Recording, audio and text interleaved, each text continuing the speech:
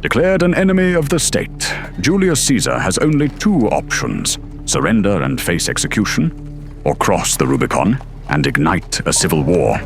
If he fails, he is a traitor. If he succeeds, he is the master of Rome. Alea iacta est. Senators, the time for discussion is over. Gaius Julius Caesar's conduct in Gaul has been marked by blatant disregard for the Republic's laws and norms. His manipulation of power and illegal use of force are an affront to our governance and an attack on the integrity of Rome itself. We cannot allow this insurrection to go unchecked. Therefore, we demand that Julius Caesar cease all unlawful activities immediately and return to Rome to answer for his crimes. Failure to comply will result in him being declared an enemy of the state. Let it be recorded that if Caesar does not lay down his arms and return to face justice, we will be left with no choice but to declare him an enemy of the state and charge Pompey Magnus and take all necessary measures to protect Rome and uphold the Republic.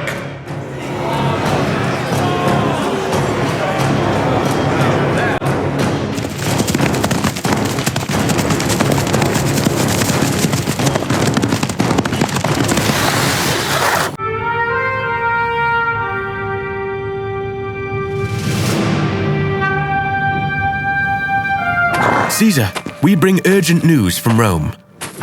The Senate is moving to declare you an enemy of the state. So either I submit myself to the rulings of a ravenous mob of stay-behinds, or... What are your intentions? Let's see what the men have to say about it. Ready the 13th.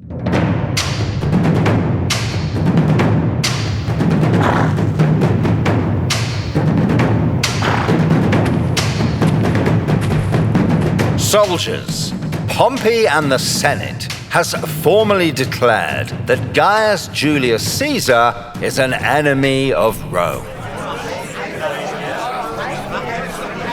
They have declared that I am a criminal. They have declared, in effect, that all of you also are criminals. This is a dark day, and I stand at a fork in the road.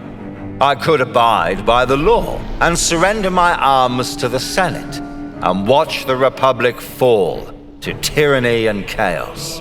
Or I can go home with my sword in my hand and run those maniacs to the Tarpeian Rock. Who among you will accompany me to Rome? 7 centuries after the first stone of Rome was laid, the fate of the Western world arrived at a shallow river called the Rubicon. This water was more than a border. It was the final barrier between Caesar's governorship and the forbidden soil of the Republic. To cross it meant a declaration of war on Rome itself. In this silence, Caesar stood on a razor's edge, the exact moment where a hero's legacy transforms into a traitor's death sentence. He was no longer just a general. He would become the architect of a new world, looking toward a future he would forge in blood. With a single breath, he surrendered to destiny. The die is cast. This would be the end of the Roman Republic and the beginning of the Empire.